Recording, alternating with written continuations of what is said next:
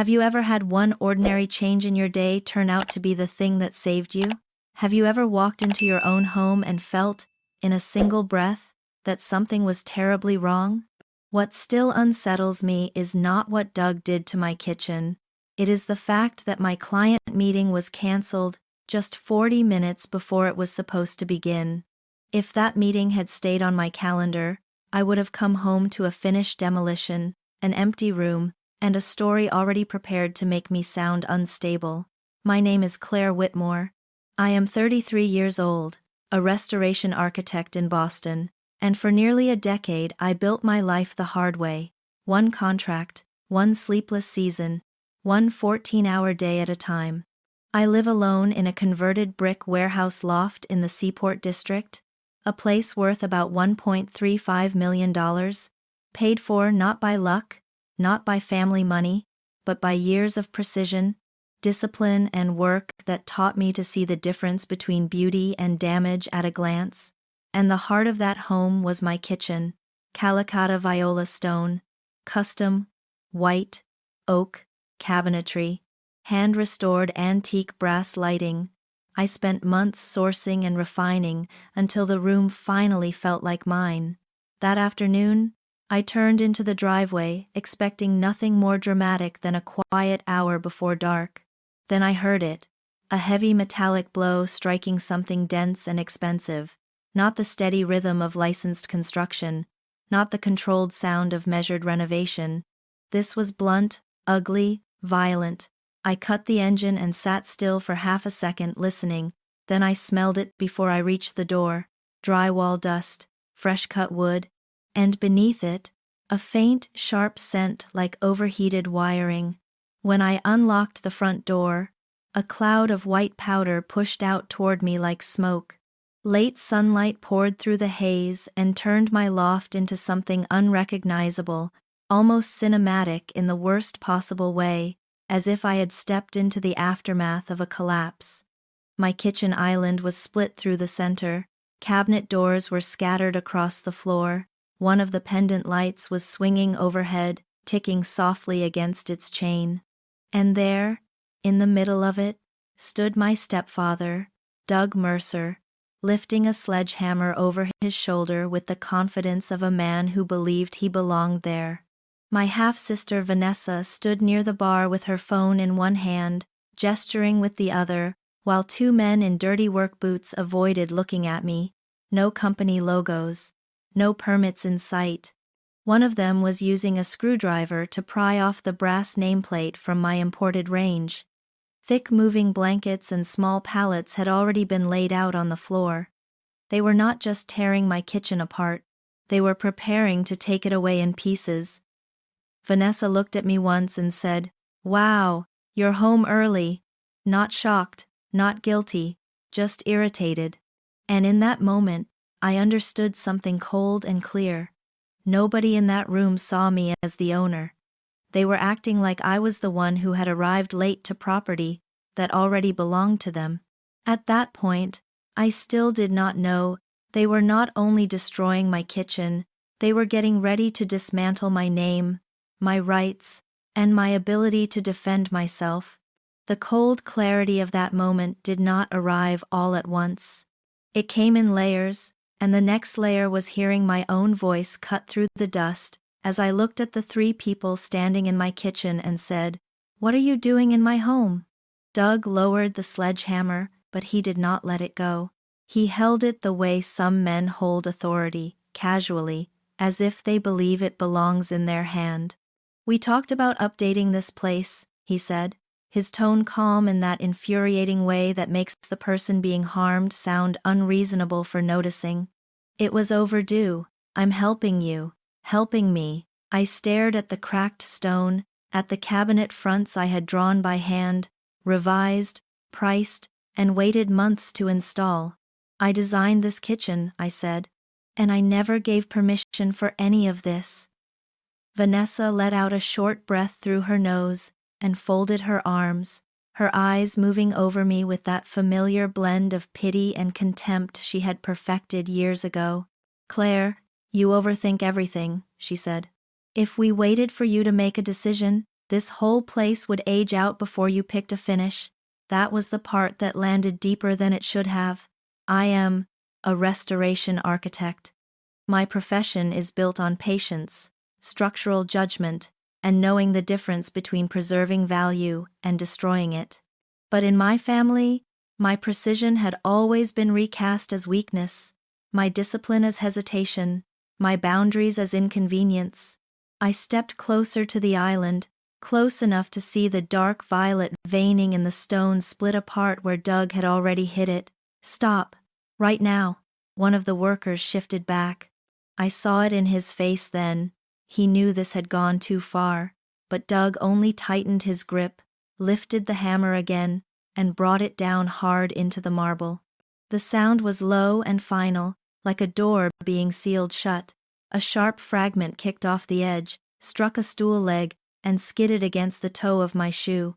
Beside him, Vanessa raised her phone for 2 quick seconds, recording just enough to preserve a version of the moment that could be edited later. I moved without thinking and grabbed for the handle of the sledgehammer. Doug shoved me back, then followed with one short, controlled strike to my cheekbone. Not wild, not messy, precise. My ears rang, the taste of metal flooded my mouth. The whole room went quiet. "Don't start being dramatic," he said. I looked at Vanessa then, not because I expected rescue, but because some small part of me still wanted proof that she understood what had just happened. She would not meet my eyes, her mouth pressed tight, not with guilt, but with irritation, as if the problem was not that I had been hit, but that the scene had become harder to manage. Minutes later, I was in my car with the engine off, staring at my front door through a haze of dust and late afternoon light. And that was the moment I stopped trying to save the peace. In my family, any emotional reaction could be turned into evidence against me. If I cried, I was unstable. If I raised my voice, I was difficult. If I objected, I was ungrateful. But sitting there with my phone in my hand, I understood something with absolute certainty. This was not family conflict anymore. It was a crime scene. I pulled up my deed, my mortgage records, the title in my name alone, then opened the live camera feed inside the loft. After that, I called Ethan Caldwell. Then I called the police and reported active property destruction and an assault in progress in a voice so calm I barely recognized it as my own. For the first time in my life, I did not need reconciliation. I needed documents, evidence, and timing. I thought the punch was the breaking point. It wasn't. The thing that truly ended us was waiting inside a PDF file I had not opened yet. The PDF was waiting for me exactly where I had left it, but before I opened it, the rest of the trap revealed itself piece by piece. I sat in a coffee shop a few blocks from the loft with a paper cup of black coffee cooling between my hands and a wrapped bag of ice pressed lightly to my cheek. The air conditioning hummed above me with a kind of indifferent steadiness I found strangely comforting. Outside, traffic moved as if the world had not just shifted under my feet. My phone, however, would not stop vibrating. Vanessa, Doug, Vanessa again, then my mother, Linda, then all 3 of them in rotation, as if enough missed calls could force the truth back into the shape they wanted. I did not answer a single one. I opened Instagram instead, and there she was. Vanessa had already posted, first a story, then a full post. She was standing in my kitchen dust with her hair perfectly arranged to look accidentally disheveled, her expression tired but noble, the soft light filter smoothing everything into a performance of concern. The caption said, "Some situations are painful, but when someone you love is spiraling, you step in and protect what matters before more damage is done." Then came the line that made my grip tighten around the phone.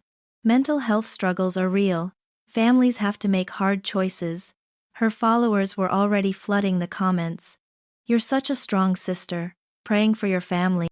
She's lucky to have you."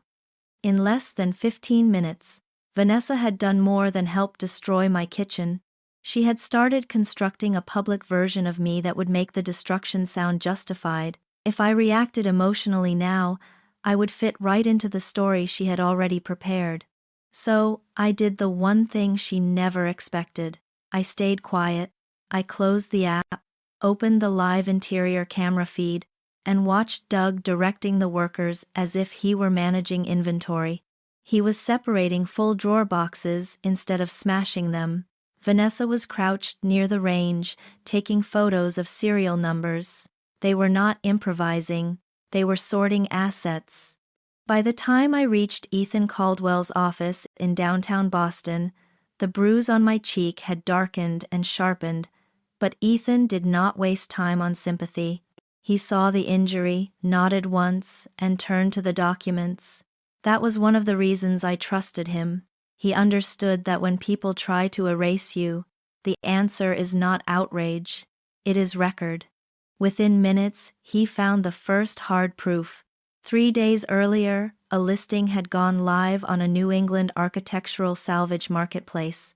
My kitchen was in it, the imported range, the custom white oak cabinetry, the antique brass pendants, even sections of the Calicotta viola slab were described as available for pickup, package price, $46,000. The contact email was a burner account, but the deposit instructions traced back to Vanessa. Then Ethan found a message thread confirming a Monday morning pickup.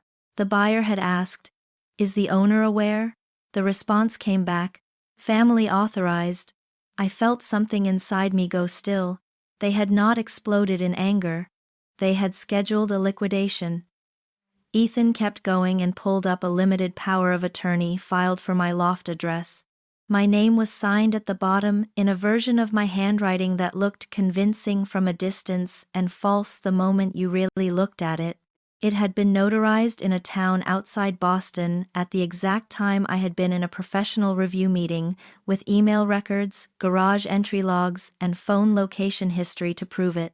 Ethan leaned back and said, very calmly, "This is no longer a family dispute, Claire. This is forgery, identity theft, unlawful entry, and attempted liquidation of private property." I stared at the false signature on the page and understood something colder than anger. The relationship did not die when Doug hit me. It died when someone sat down, forged my name, and turned betrayal into paperwork. When we went back to the loft, I was no longer returning as a daughter who had been wronged. I was returning as the legal owner of a crime scene. By the time Ethan and I pulled back up to the building, I was no longer operating on shock. I was operating on sequence. He had already alerted the local precinct and flagged it exactly for what it was, a felony in progress tied to unlawful entry, forged documents, and active property destruction. Red and blue light was already washing over the old brick facade of my building, turning the windows into hard, flashing mirrors. For one strange second, the whole place looked theatrical. Then I stepped out of the car and smelled the dust again, and it became real all over. We walked inside together. The air in the loft was still thick with powdered drywall, shattered stone, cut wood, and that faint electrical smell from lighting that had been yanked loose too fast. My kitchen looked worse than it had before. The island was split wider now. Cabinet frames had been pulled away from the wall. Wires hung where my antique brass pendants had been. Doug was still there, the sledgehammer in his hand like he thought it made him legitimate. Vanessa stood near the broken island, shoulders stiff, chin lifted, trying so hard to look composed that it almost made her seem less human. Then Doug saw the officers and did what men like him always do when the lie has gone too far to reverse. He raised his voice and stepped into it harder. "This is my property," he said. "Not maybe. Not partly. Not emotionally. Fully." As if years of standing too close to what I had built had convinced him he had somehow become the owner of it. That was the delusion at the center of everything. He believed access was ownership. He believed proximity was authority. He believed my silence had been permission. One of the officers looked at him and said, evenly, "Sir, do you have proof of ownership?" I did not argue. I did not point at my face. I simply unlocked my phone and handed over the title confirmation, the property tax records, and the mortgage statements showing every payment coming from my private account.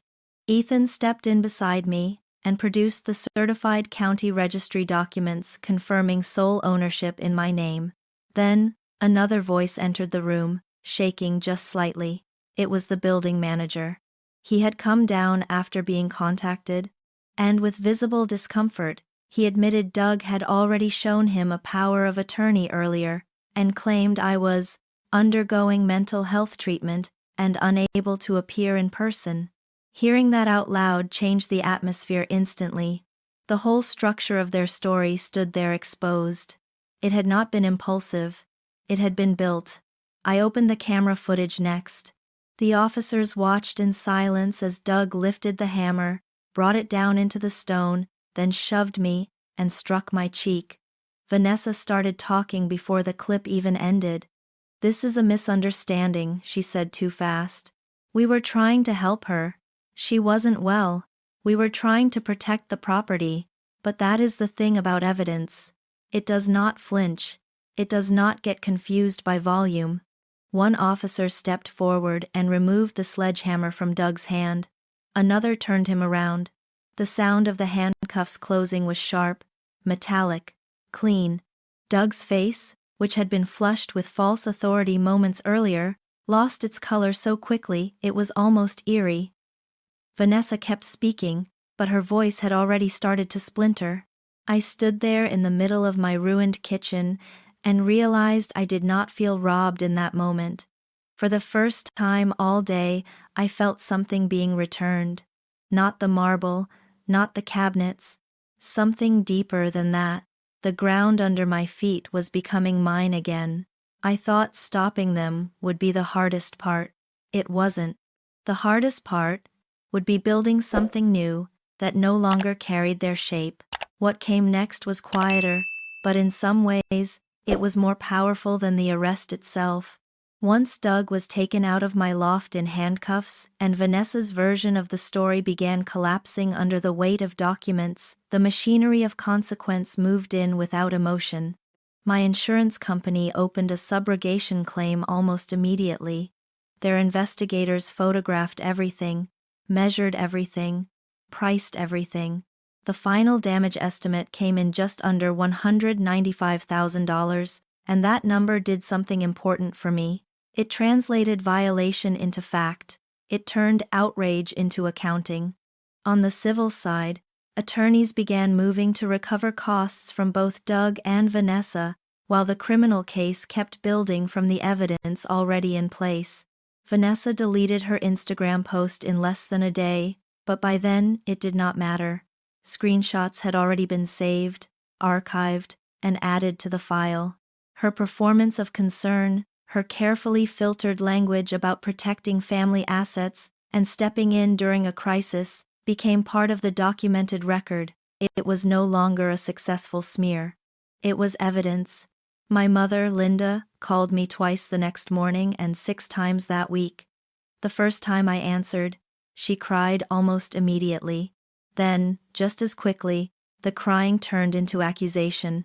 "Claire, this has gone too far," she said. "You're making this bigger than it needed to be." I stood in a temporary rental kitchen, with a legal pad in one hand, listening to the same emotional pattern that had protected the wrong people for years. Not accountability, not truth, just pressure dressed up as grief. I did not argue. I did not explain. I simply said, "No, Mom." It went too far when they entered my home with forged papers and started taking it apart. Then I ended the call, and after that, I stopped taking any more. Cutting contact did not feel dramatic. It felt structural, like removing rot from a load-bearing wall before it spread. When reconstruction began, I made one decision that surprised even me. I did not rebuild the kitchen exactly as it had been. I could have. The insurance payout, combined with the recovery process already underway, made that possible. but reproducing the old room line for line would have felt like pretending the sledgehammer had never fallen, like insisting the damage had been superficial when it had changed everything. So, I designed something new. The stone was lighter this time, softer in tone, with movement that caught the afternoon harbor light and gave it back in pale silver waves. The lines were cleaner, the cabinetry more restrained, the lighting warmer, lower, calmer. By the time the final invoices cleared, the new kitchen had cost just under $210,000, and for the first time, the space felt completely, unmistakably mine. The real change came one morning just after sunrise. I was standing barefoot at the new counter with a cup of coffee in my hand, and the loft was silent in a way I had never fully known before. No tension in my shoulders, no instinct to listen for footsteps that did not belong there, no fear of someone crossing a boundary and calling it help. That was when I understood my silence all those years had not been weakness. It had been preparation. It had been the place where I gathered records, judgment, restraint, and timing. People like Doug and Vanessa confuse calm with surrender because they have spent their lives mistaking access for control. But sometimes the quietest person in the room is simply the one who has stopped wasting energy on explanation and started building a case. I do not call what happened revenge. I call it ownership restored through truth, paperwork, and patience. And I have learned something I wish more people understood. Forgiveness can be a choice, but it is never a requirement. Some boundaries only become real once they are enforced. Some homes are not destroyed when they are attacked. They are cleared painfully and completely so they can be rebuilt with stronger doors, clearer lines, and no room left for anyone who calls trespass love.